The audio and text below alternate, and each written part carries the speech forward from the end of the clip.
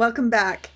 Today we're going to do a short video about how you know if the record that you're looking at is actually your ancestor. What I always tell people is when you start, it's always nice to have somebody next to you, somebody else that can look at it with you, if at all possible. And if in doubt, don't attach it. So what records are we talking about? I'm going to share my screen with you and we'll get onto Familysearch and I will show you what we're talking about. All right, so we're going to go to the home. We're going to take a look here at what I've got open as the AI Research Assistant. If you are not familiar with this or don't have this opened up on your tree, just remember as a refresher, if you come down here currently, as of August 2025, it's under Familysearch Labs. If you're watching this later and you don't see Familysearch Labs on here, look up here under one of these drop downs or on the toolbar. Eventually it will not become a lab or an experiment. Eventually it will be part of what we do daily, but right now the AI Research Assistant is showing up this way. So this video could become obsolete at some point and we will try and keep it updated in a future episode. But we're going to look at a record that will be attached right in this spot. So there's 5 different options of people here that AI has said, we think that we found a record that proves that there's a missing child or a spouse. And so you can look at this record and say, yes, this is my family, or no, this is not. Now we want as many sources, and a source is a record that proves that your ancestor lived. So you can find them with the AI Research Assistant, but you can also look on your tree, and anytime you see a little hint up in the top corner over here, and I'll show you that in just a minute, it's a hint of a record that may be your relative. Just remember, if in doubt, don't attach it. Start with somebody else, call somebody in the family over, say, okay, look at this with me. Do you think this is the same person or not? It's important to make sure that it is. And I don't want you to get phobia of, I'm going to make a mistake and I'm going to mess this up. Mistakes happen. Our goal is to try and not make mistakes. So move on to another person if you can't tell if this is your person. So we're going to use this example. We're going to come down here to Adolf Wolf. He's the possible child of Bartholomeus Wolf. So if I click review, it's going to allow me to go to the person's page. So here he is. And I want to look and see what I already know. He was born in 1832 in January, and always pay attention to the place where he's living. This is fabulous because it gives a very precise place in Germany. Excuse me. Here's a little advertisement for one of my favorite drinks. It was not intended, but excuse me, I got a tickle. But these Spindrifts, you can get them at Costco. So good. I love them. No sugar. Great. But take a look at that and remember that, because as you go to look at the record, you're going to want to make sure that the person that they think is connected to your key person right here was from the same area. Now, as you know, families moved, and so there's a chance they could have been from a different town. But when you're first starting, really make sure that those match. And then as you get better and you use the Familysearch Wiki and you use Google Maps and other historical maps, you can kind of look at outside that area and you'll have a better idea to determine if this is your family member and they just moved to a different place. Some families stayed in one area for a long time, for generations, and others were moving every year. So I do that, and then I scroll down and I look and I see what's going on with this family. So I can see that he was married to, I'm going to say her middle name, Dorothea, in 1859. And then I see also that he was married to Katharina, and that was in 1861. So it looks like to me, I'm using my detective skills here, that they were married in 59. He had a daughter in 60, and I would guess that she probably died as a result of complications from childbirth. That's something that happened a lot in the years before there were a lot of medical advancements. So in my mind, I keep that in my mind. That's something that I would like to do. Is there a death record for Dorothea? And we've got a specific marriage date. And now if you notice something, this is the entire name. You've got the name of the place.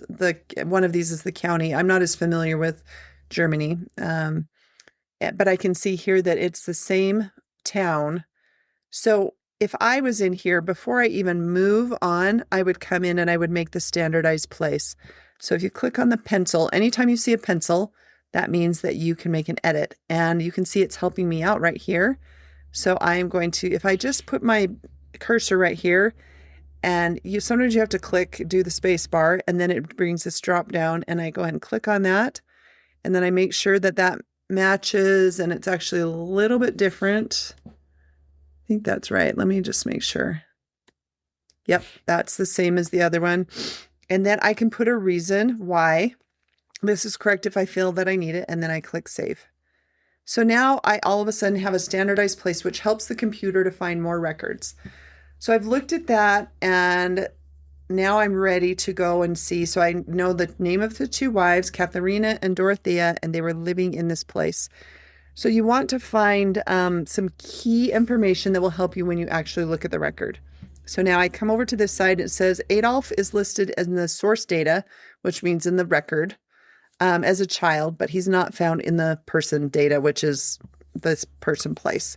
I hope they'll change some of that wording. I think it's a little too techy, but hopefully you understand in the source and on the person page. So we're going to review it. Before we review it, though, I do want to show you this view record. If it has a view record, you definitely want to view that so that you can see if there's anything missing, because not everything was indexed that's important to you and your continued research on your family. So we're going to just click on the review and attach right now. And as a review, you'll have two columns. This is the right column and this is the left column. The left is the record set. So these are some German Lutheran church books from 1500 to 1971. So that's a huge range. And then on the right is Family Tree. This is currently what's in Family Tree. And then this is what's in the record. So I noticed a couple of things. I noticed that the name of the husband matches, or the father, Bartholomeus Wolf, matches, and Katharina matches. And because we did a little bit of due diligence, we see that this is the place where they were married and they had some children. I'm going to click on the son Gottfried. And right down here, I can see it's the exact same place, and it's in 65. This child was born in 72. So that's very consistent. It's very logical that this is our person and can fit in our family. So there's nothing here that makes me say this is not them. And with this type of a name that's very distinct, I feel very comfortable in attaching. Before I attach, I would recommend looking at the image. So let's view the image for a minute. Now remember, it's likely in cursive and it may be difficult to read, but this actually doesn't look too bad. And most of these are in black and white because they were filmed beginning in the late 1930s. So if you look here, you may say, I've never looked at a German record and I have no idea what any of these things say. This is where I would direct you to the Familysearch Wiki, and you can look up Germany and you can look up the names that are important in the records, and you'll be able to figure it out. You can also just kind of look at this and get an idea. So this column is telling you 35th, 36th child that was born in the year. This is Namen right here, not the name of the child that was born. And so you've got that. And then you have a column with parents, and then you have some dates, and usually you have the witnesses. So you can take a look. The other thing that's so great, and this is how you can teach yourself to read these records, is remember that it's been indexed down below. So this is a great way for you to learn how to read German script. So if we look right here, this down here, the bottom says Christina Kohler is the very first one. If you come up here, can you see that? Some of you may be saying, that does not look like Christina. This is a German C, and this is an H. It's very typical of this time period. and then an R that looks like an upside down R, Istina. And you may be saying, oh my gosh, this is so above me.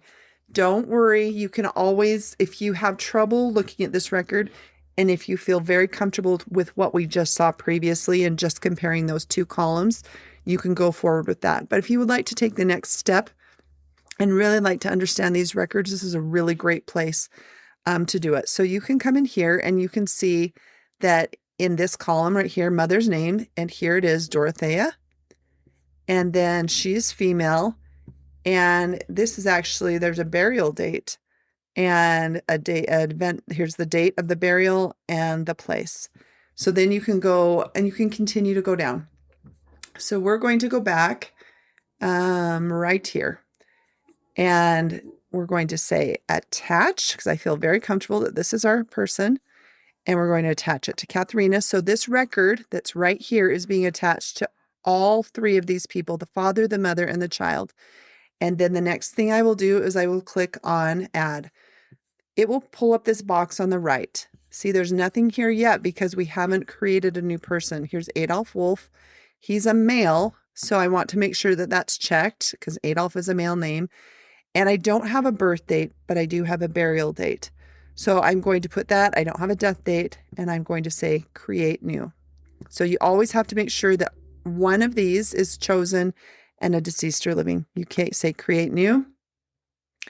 And it created a new person in Familysearch, and I didn't even have to type anything. I was just tapping. And then what I do is I say attach.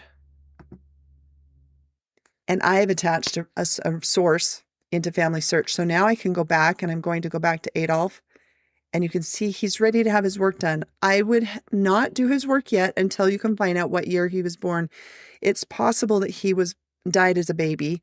And you could go back and revisit that record and see if there's a birth. But then look what I just found here. One of these records that I talked about in the beginning, up in the top right corner of each person, when you're on their person page, if there's a new record that hasn't been attached, they will show up here under the research helps.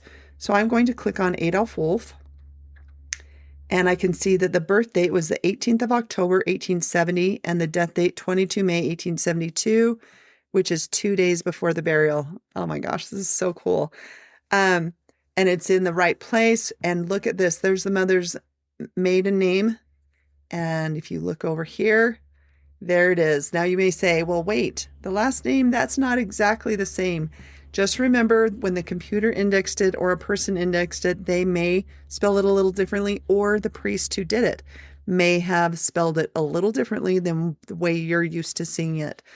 But if you can use your creative mind and say, okay, this does make sense that this is the same name here and here, based on everything else that's matching up, then you go ahead and say review and attach.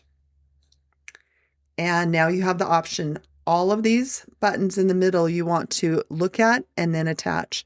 So I'm going to add the birth date, the christening date, and the death date. We didn't have any of those when we started. So then we'll say attach. And now I can add it to the father.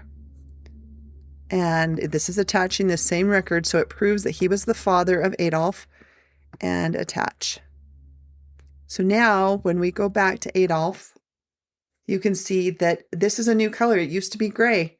Now they've changed it to black to indicate that it has been completed, but the sealing to parents can be reserved. So I'm going to click on person. And when I go to ordinances, I will click on ordinances, and I can click request and request. And this is so exciting. Now I've got it. It's reserved for my friend Lois. She and I work. She's 89 years old, and I hope to have her on one of these days so she can share her experience with you. But she does this every day. And I actually am going to share a really cool thing with you. I'm going to share with the temple because she's in a wheelchair a lot of the time. She's had 2 broken hips. But she does this every day. So we're going to share with Temple. I wanted to come to hers because she has some German ones. Most of mine show up as Scandinavian. I wanted to give you something different. But if you go to my contributions, I'm going to brag a little bit on Lois. Maybe we'll have her next week. I don't know. Give me some feedback if you want to hear her story. If you come here to stats, Lois and I met in 2019. And then 2020 came, and you know what happened in 2020? Everything shut down. And then I reached out to Lois in the summer to check on her, and she had broken her hip, and she had to wait for her, I believe it was 9 months. We'll have her tell the story. 9 months before she could have the surgery. So I said, since we've been doing church on Zoom, I thought, let's try and do that. So she and I started doing Zoom each week. And I just want to show you what Lois has done over the last 5 years. Can you see how her contributions have just increased? She's 89 years old, and she is able to save her family on the other side in Sweden. I just know when she gets to the other side, she is going to be greeted with Swedish anthems and huge hugs. So just know that your efforts matter, no matter your age.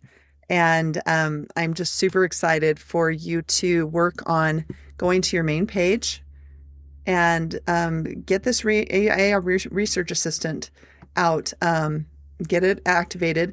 The other thing I did want to show you, I'm so excited, I'm going to show Lois, is if you go to search and go, actually family tree, we're going to go to recents. This is how you get back to the person you were just on. If I click on recents, because do you remember, I don't know if you remember, but I remember that when I was back here on, actually on Adolf's father, if I go to Bartimaeus again, so notice we have 2 children here.